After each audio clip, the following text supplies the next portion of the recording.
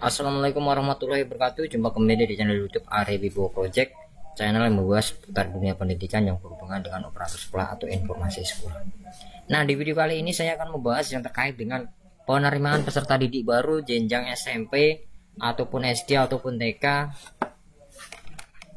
di Kabupaten Gerobokan. Nah, seperti juklak yang sudah pernah beredar nomor 420-43-A-2023 tentang petunjuk teknis penerimaan peserta didik baru pada taman kanak-kanak sekolah dasar dan sekolah menengah pertama tahun pelajaran 2023-2024. Nah, perlu Bapak Ibu ketahui, di video kali ini saya akan membahas terkait dengan yang pendaftaran di jenjang SMP. Nah, di jenjang SMP ini Bapak Ibu. Jadi perlu diketahui di jenjang SMP mulai tanggal 5 Juni atau hari Senin besok kita akan melaksanakan penerimaan peserta didik baru. Nah, ini untuk mengingat dan menimbang kita lewati saja Bapak Ibu. Langsung kita pada poinnya untuk jenjang SMP. Nah, ini perlu Bapak Ibu ketahui. Nah, ini pengumuman pendaftaran untuk jenjang TK ya ini ya. Ini langsung untuk jenjang SMP. Kita skip. Nah, nih. Penerimaan peserta didik baru atau PPDB online SMP itu akan dibuka tanggal 29. Pengumuman pendaftaran penerimaan calon peserta didik baru dilaksanakan mulai 29 Mei. Pengumuman pendaftaran ya Bapak Ibu. Pengumuman pendaftaran penerimaan calon peserta didik baru paling sedikit memuat informasi sebagai berikut. Nah, ini. Jadi paling tidak di sekolah sudah terpampang. Nah, di video kali ini saya akan memfokuskan pada pendaftaran setiap jalur. Apa sih 4 jalur tersebut kan gitu. Masih banyak Bapak Ibu yang bimbang, ragu, dan mungkin banyak sekali orang yang mengartikan anakku tak daftar ke jalur nanti kan gitu. Nah, intinya anak saya mau daftar di jalur mana, itu cara bodohnya. Nah, karena ada 4 jalur zonasi, jalur afirmasi, jalur perpindahan tugas orang tua, dan yang terakhir adalah jalur prestasi. Adapun jalur tersebut masing-masing sekolah memiliki kuota masing-masing, yaitu jalur zonasi paling sedikit 50%. Jadi dengan kata lain, jalur zonasi adalah daya tampung paling banyak yang diterima, yaitu minimal adalah 50%. Jalur afirmasi paling sedikit 15%. Artinya apa? Paling sedikit sama dengan jalur zonasi ya, paling sedikit 50%, dan afirmasi paling sedikit 15% daya tampung sekolah.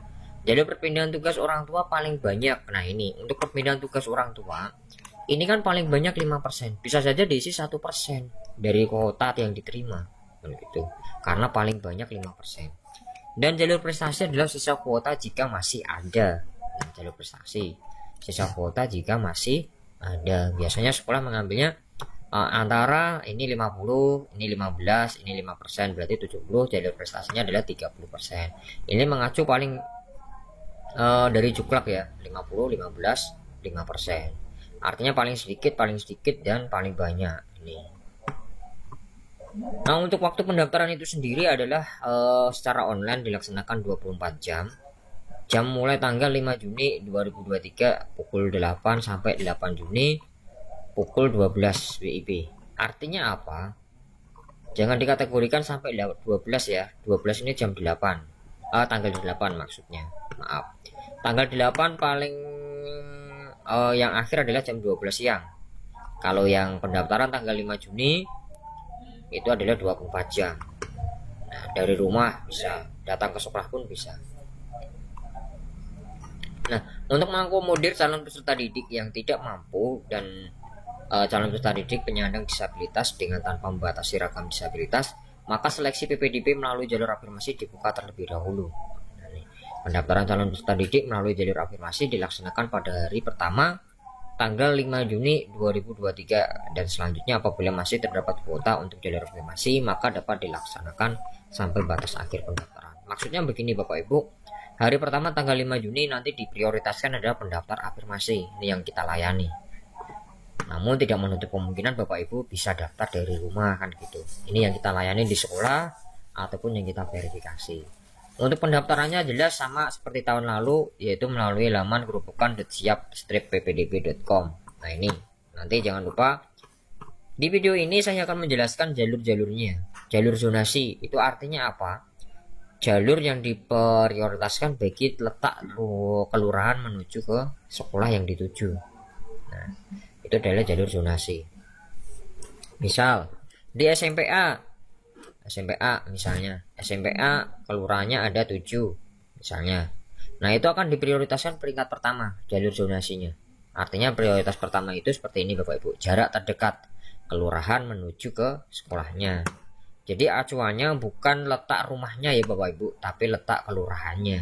Nah, adapun persyaratan administrasi secara umum sama, yaitu fotokopi ijazah atau, nah ini perlu diperhatikan Bapak Ibu, ini kan atau ya, atau kalau punya ijazah SD ya berarti ijazah, kalau nggak punya berarti pakai yang namanya surat keterangan duduk di kelas 6 kalau yang tidak punya, dan atau surat keterangan lainnya pada tahun ajaran 2022-2023. Nah, ini.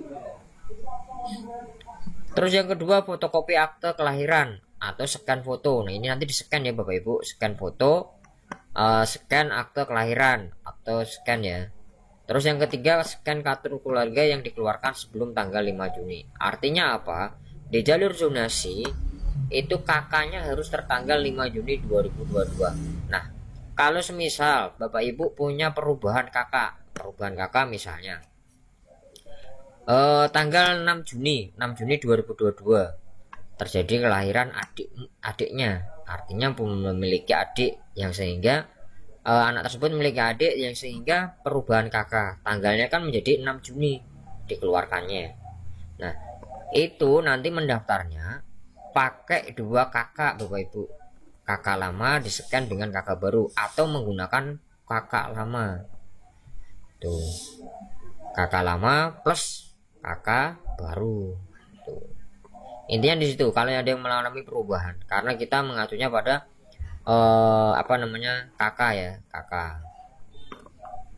Terus yang keempat adalah surat pernyataan tanggung jawab mutlak orang tua wali calon peserta didik. Ini jangan lupa dikasih meterai Bapak Ibu.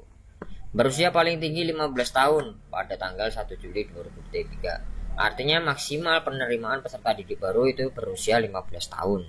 Terus yang keenam, calon peserta didik baru yang telah mendaftar tidak dapat mencabut berkas pendaftaran dengan alasan apapun. Maksud yang keenam seperti ini Bapak Ibu. Kalau putra putri Bapak Ibu masih masuk dalam seleksi atau masih dalam proses seleksi, itu tidak boleh dicabut kecuali mau pindah.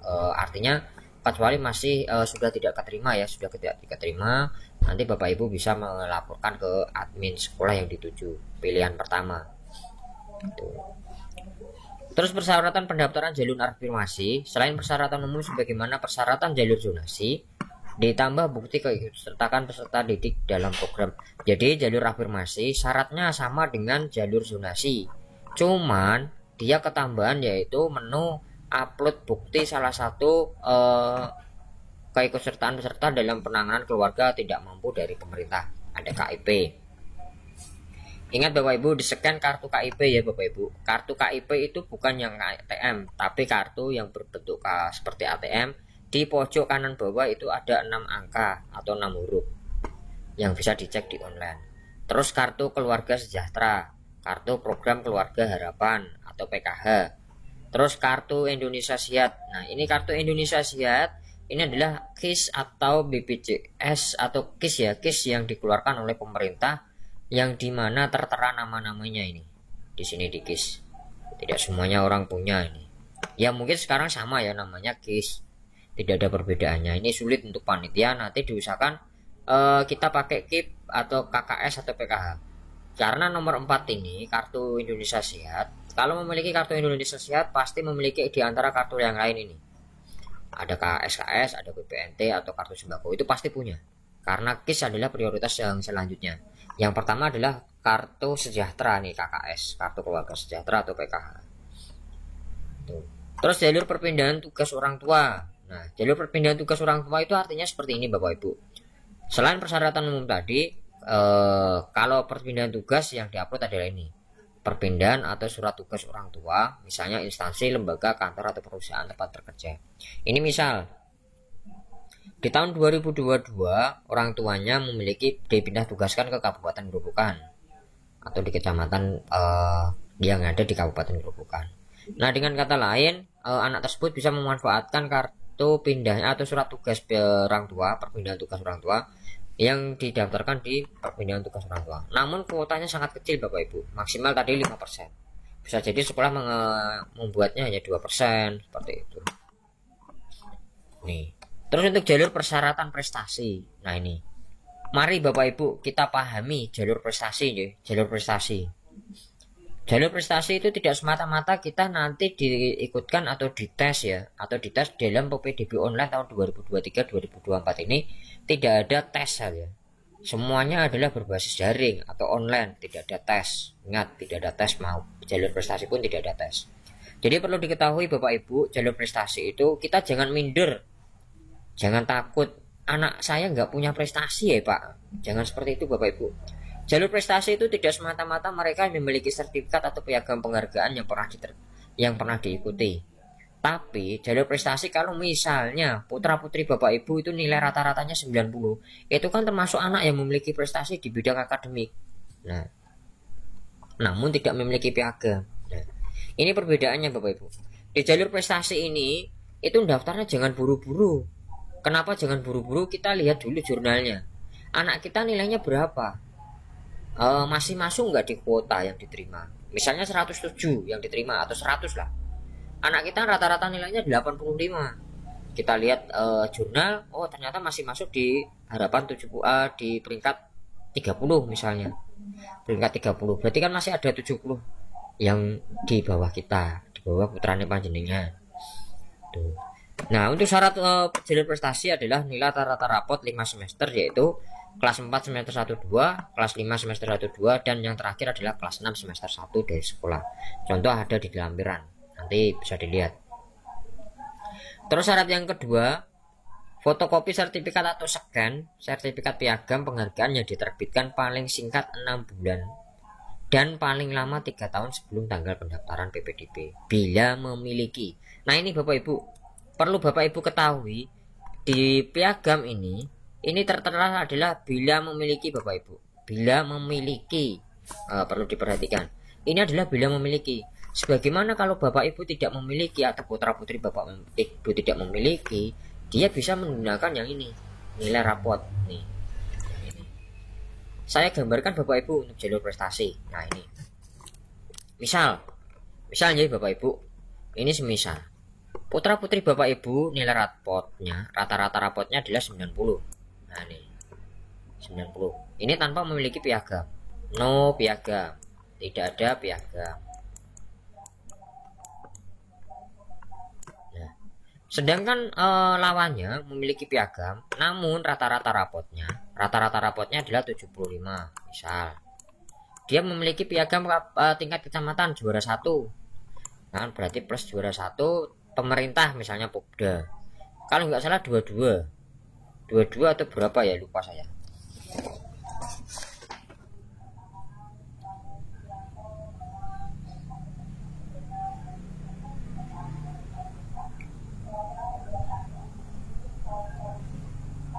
Nah, tingkat kecamatan ternyata juara 1 tingkat kecamatan jalur pemerintah itu 14. Ini artinya masih dijumlahkan berarti menjadi 89, maaf. 89.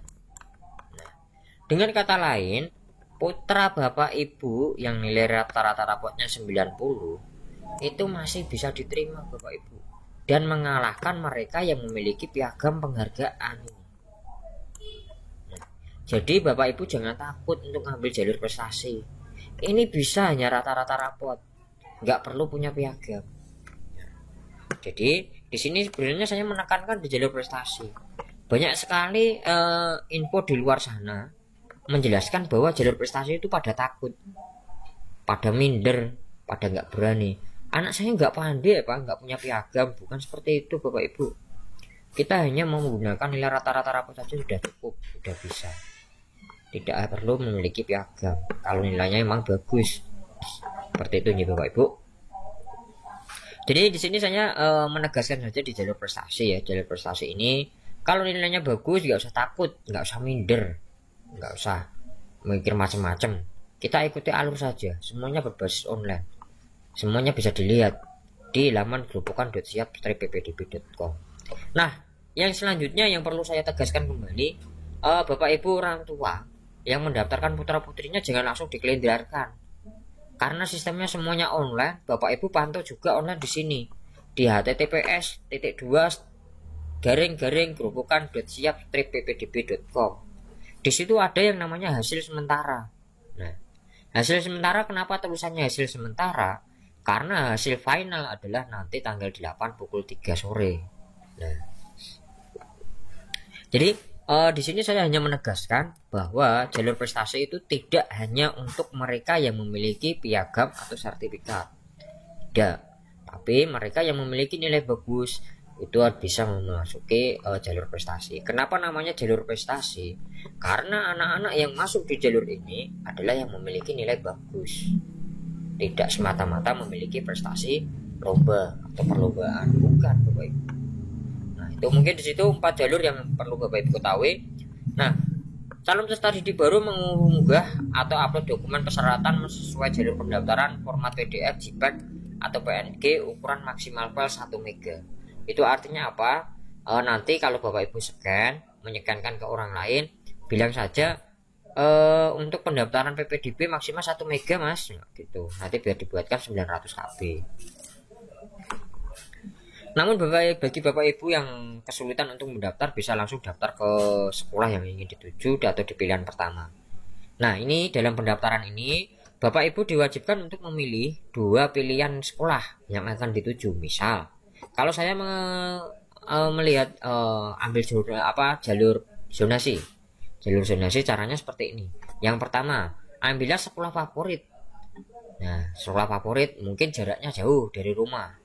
Silahkan. Pilihan yang kedua atau pilihan sekolah kedua adalah diusahakan jaraknya paling dekat dari kelurahannya. Jangan sampai dua-duanya jauh dari kelurahan. Ya repot kalau nggak keterima dua-duanya. Mau sekolah kemana kan gitu. Nah, itu mungkin sedikit penjelasan atau arahan dari saya, Ribo Project. Semoga video kali ini dapat membantu atau menjelaskan pengertian atau memberi pengertian kepada Bapak Ibu guru terkait Bapak Ibu wali murid untuk melakukan pendaftaran online terkait dengan jalur-jalur mana yang bisa didaftar, jalur-jalur mana yang sesuai dengan yang bisa kita ambil. Sekian dari saya, Ribo Project. Jangan lupa share, like, dan subscribe channel YouTube Ribo Project karena subscribe itu gratis. Sekian dari saya. Assalamualaikum warahmatullahi wabarakatuh.